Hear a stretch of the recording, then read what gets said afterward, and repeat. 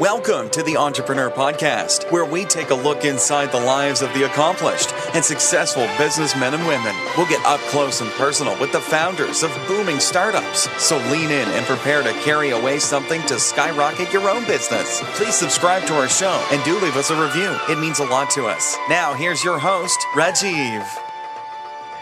Hey listeners, welcome to the Entrepreneur Talk Show. I'm your host Rajeev Harikrishnan, and this is the show where we talk about entrepreneurship and speak to great founders.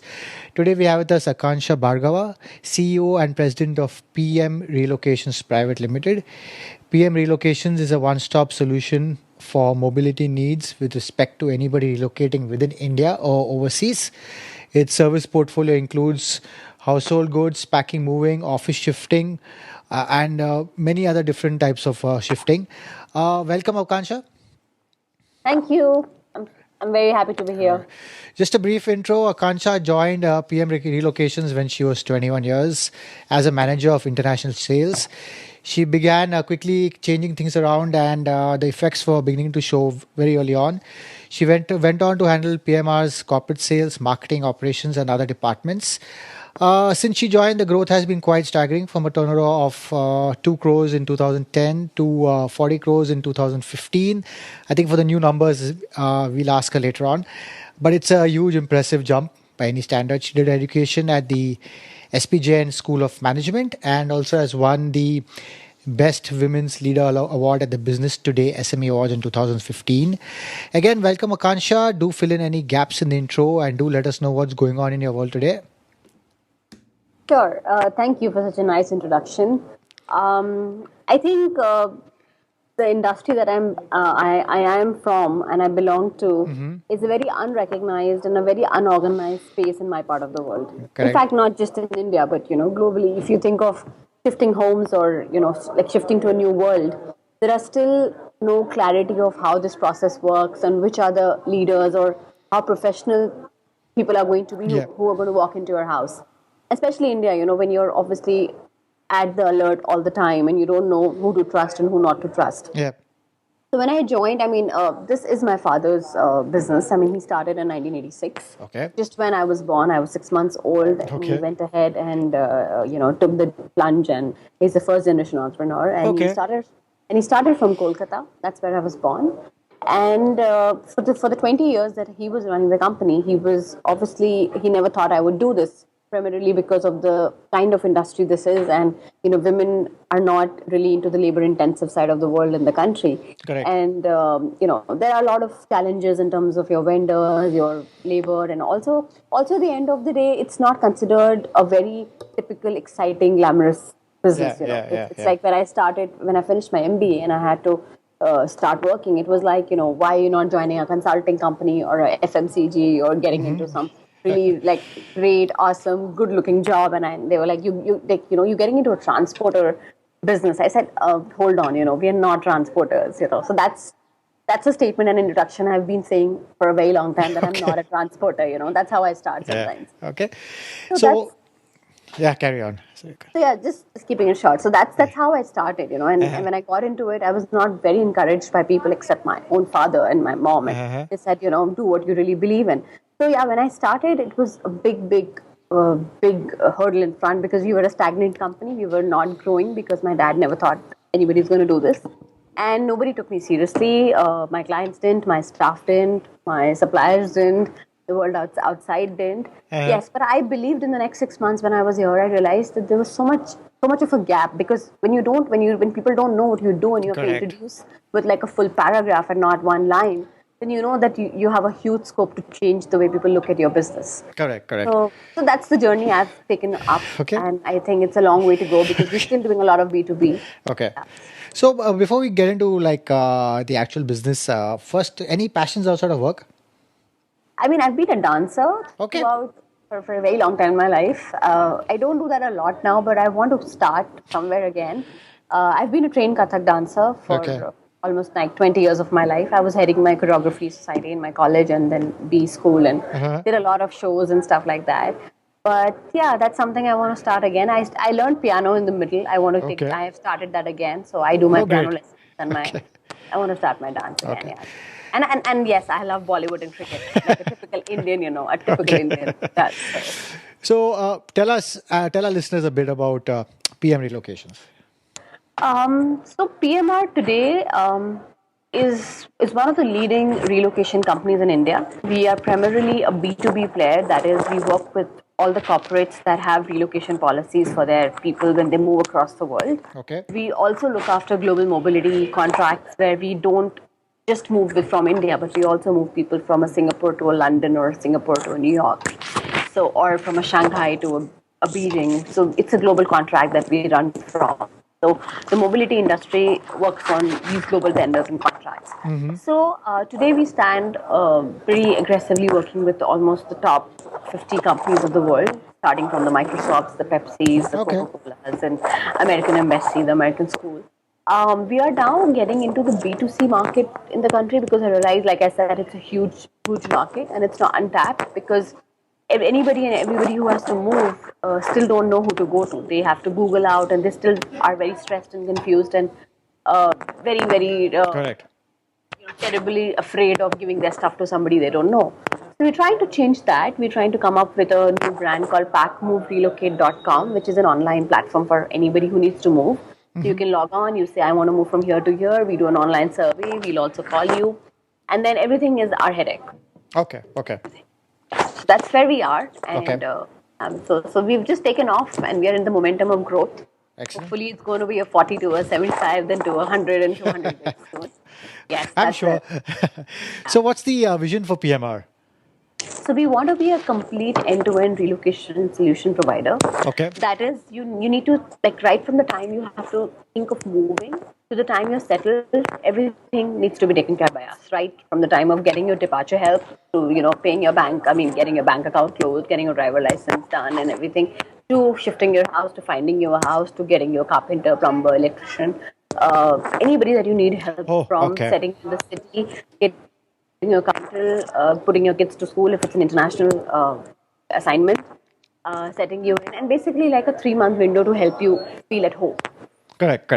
That's the entire vision that we have. That you think of moving, you're not worried. You just log on to us and we take care of everything. Correct. So, is it only you running the show? I mean, like in the CEO or anyone helping you? I mean, any main people helping you out also in the business?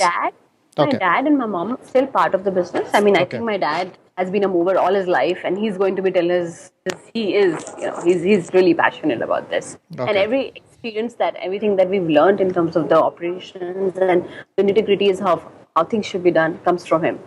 So he's still around. He's very much mentoring us. He's filling the gaps, the growth, because when you're jumping in growth, you're running very fast, right? Correct. You want to make sure that you don't compromise on your quality and service because it's a very delicate business. Somebody entering your house could be anybody, right? And there could be a packer, even one glass breaking or small things. He needs to be well dressed. He needs to have the iCard, and so there are a lot of these measures that we take. And hence, when you're growing very fast, things can be compromised. That's what we don't want. So my dad sort of looks after that we don't compromise things in. Okay. And my mom has been doing the finance for a while for the company. And of course, she just oversees. Now we have a team in place. But yeah, they both are pretty much part of people. Okay. And what do you reckon is the market sizing opportunity for this space? I mean, any rough numbers as such? Honestly, the market size is very difficult to anticipate because nobody has ever written or talked about this. We've had even the big fours talking to us and they didn't find any data. But, I think if I look at the whole immigration, international home search and moving, I think I definitely see it close to a 10,000 crore INR beyond that as an industry. Oh, damn good. Okay, so in terms of competition, we have Agarwal Movers, Easy Move, DTDC, etc. So where does PMR stand in terms of its USP actually? So that's what I started from, right? When I started, we were considered same as a FedEx and a Gati, and that's what you just said, DTDC. Yeah. So DTDC does not do what we do. Okay. At all. So they are not in our space at all. So that's the differentiation one needs to make first. So that's the goal we have. Like when you look at an Easy Move, it's an aggregator of movers. They will give you 10 codes and then you choose and you move who you want to move with. Okay. At the end of the day, the trust or the responsibility is not taken by any one brand. And Got it. Agarwal has been more, is also a transporter where they do a lot of 3PL activity. Okay. DTDC does not do household goods moving at all. So the bigger challenge, I think, for us has been to first know that, okay, this is a different industry. Okay. So yeah, you're always confused and said, you are same as a FedEx or a DHL. Correct. We are not, pretty much not. And in terms of business, stats or numbers today, anything you could share where you stand? I think we're growing year on year about Okay. 25%. Okay. And hopefully this year onwards, it should be pretty much more aggressive, because we are also launching a B2C, like I said, right? So Okay. Yeah. Got it. B2C obviously gives you much more volume, and it gives you much more market penetration. Correct. And yes, we're looking at investments, we're looking at funding. Once we have that, we'll be obviously getting out there, building a better product, and getting out there, doing some marketing, talking about the differentiation of the brand. Because when we look at moving, usually the idea is about tempo in a truck. We want to change it to care, sensitivity, perception. Like vulnerable, somebody looking after you, somebody you can trust, and like your first friend when you have to. Correct. So moving on, like a two-part question. First, in your many years, what have you seen as the evolution of the relocation industry? And number two is the key challenges faced by, let's say, logistics companies in India. I think when I look at the relocation industry, I do see that people know that it's a problem. That's why you have the easy move and the calls and all these tech companies coming in who feel that they can solve the problem with bringing technology, which is obviously a definite need. I don't say it's not. So I just feel that people do realize that there is a huge need. But only people like us or some of my competitors that I feel we compete in the same market, like a Crown or Writers, it's on us. We actually end up changing the way people look at our business. Because we are standing here again at a place where we are not known as an industry at all. So I see that people have started figuring out that yes, a transporter is different from a relocator, but we have a long, long way to go, Rajeev. Okay. And when I look at the logistics space, when I say logistics per se, which is more like I need to pick up something and drop it at another place, that's what I call logistics. When I say what I do, I say we are into service, because our job is not just to pick and drop. We also pack, we unpack, we ensure that we are handling your stuff well. If you've given me your clothes, they need to be kept properly. If you've given me your show pieces, they need to be looked after with the same kind of sensitivity. So we wear gloves and stuff like that. So I think we're more like a service industry. But if I look at logistics only, I think India is the most challenging country in the world, because you cannot predict. You cannot predict your transporters, your drivers, because these guys don't understand service standards at all. And they understand only one thing, that okay, this is what I'm going to get, this is what I'm not going to get. Correct. So to change that, it's going to take a long time, because that class of people in India is very, very challenging to trust, right? At the end. That's true. So you take us, you take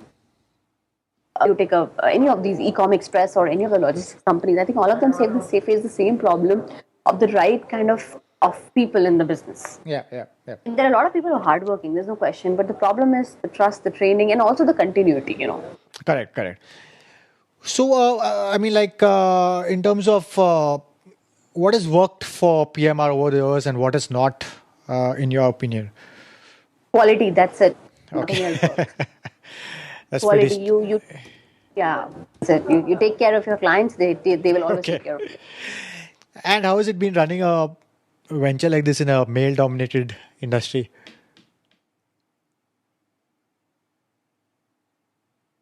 I always say this, and I always believe this. Women are so much more careful and particular about their homes. Absolutely. Like if I look at my own house, my husband doesn't even care where's what kept. I'm so particular, my stuff needs to be here, and that's how it's supposed to be. So I think women are the best suited to do this, honestly, because they will care. They will always care that very true, why would somebody dirty hands, my shoes need to be packed well, small things, I think men don't. So most of the packings that we do, men are not even in the house. They're at work and they don't care. Women are the ones who are supervise. So, who are the greatest influencers in your life? My father. I think I cannot go beyond how much he's trusted me. He's made me think in a certain way. He's made me believe in certain things that I would never do because he never said you may not be able to do this. He always said you think you can, you can. That's it.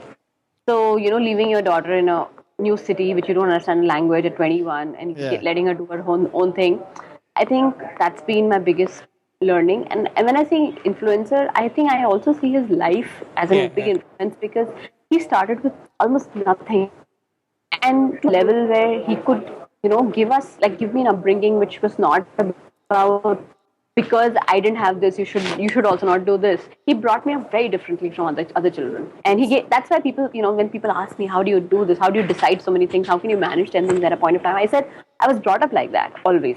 I was never told that this is the only thing you can do, this you can't do. Correct. So yeah, so I think my father is my biggest teacher, influencer. I look up to him every day when I wake up. So and if you look in the industry, yes, there are some people who've also made a huge mark in the industry from where they started. I have some of these huge giants. This company called Asian Tigers in Asia. His the mentor of the company is a great man himself. He's a Chinese, and I really look up to him as well. So yeah, I mean, I see people who are close to me who I see have done wonders with their life. And what would be some of the best advice you've got?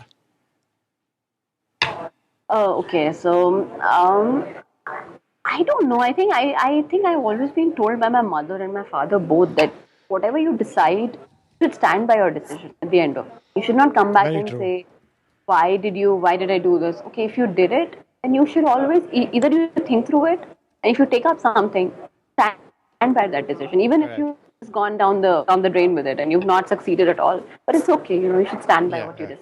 And second has always been that just do what your heart says, and my parents have believed in that for me. Correct. So when did you know like you wanted to get an entrepreneurship, or what made you join the business? What made me join was obviously it's a family business. Felt that I want to contribute somewhere to make him feel that he had somebody to look after that. That's how I started. Okay. But I did not know if I will stay this here forever, or if I will do this only, or if I will not do anything else. I think the love with the business or the relationship with my work started the moment I came in. After a month when I got in, I got in because of him, but I stayed in because of what I do. So Okay. that is how it all happened in my life. And then yes, of course, I've been sort of always been on a leadership position in my school, in college, in B school. Correct. So Correct. I have the habit of taking it all, and I want to make that difference in whatever I do. So even when I was at small positions like a president of a society or a cultural head. Correct. And I mean, this being not a typical tech business as such, but when was there any did you go through any low points in this journey where you just wanted to completely give up?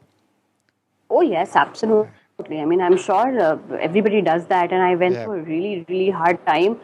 Even to, like I said, to convince my own people that we were trying to do something different. You've been stagnant for years. People don't want to move from that stagnancy. Correct. It's so hard, and also to convince somebody new to join you when you're not known, you're not successful.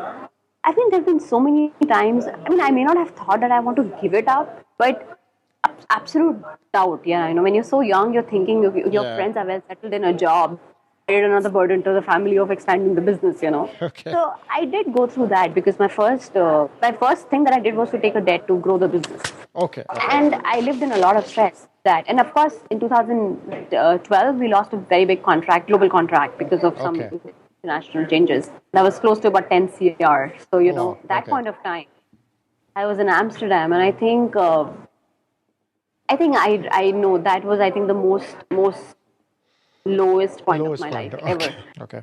And any new launch or kind of features as such, or the products coming out in the present that's getting you and the team excited about?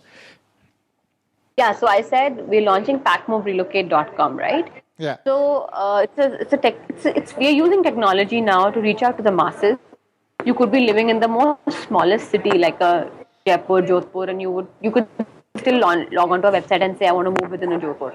So we're trying to go to the masses now use technology in terms of bringing them an expertise or a better client Okay. related management. Okay. So yeah, that's one thing we're working hard. So now we moved to a part of the show which, like, towards the end is a quick fire round, simple, brief answers. Okay. So when people ask you, what do you do? How do you answer that? What do? I look after people when they move homes. Okay. When you think of the word successful, who's the first person that comes to mind? My father. What do you excel at that people might not realize? I think relationships. Okay. What is something that you believe in that other people think is insane? Traveling alone. Okay. Like, and what would you say? I travel a lot. Okay. I've traveled like 180 days in a year. I've traveled for a year. Okay. That's a lot. And what do you say is 80 days and 160 days, 170 days. This has been my life. I traveled to Iceland for 7 days alone. Okay. What would you say is your greatest weakness? I am sensitive and I'm very restless sometimes. I need new things. I need new challenges all the time. Okay. And finally, any last thought or piece of advice that you may have missed that you want to give our aspiring founders, listeners who may want to get into this space? I think it's so important to look inside yourself and really find the right intent to pick up anything that we take up in our life.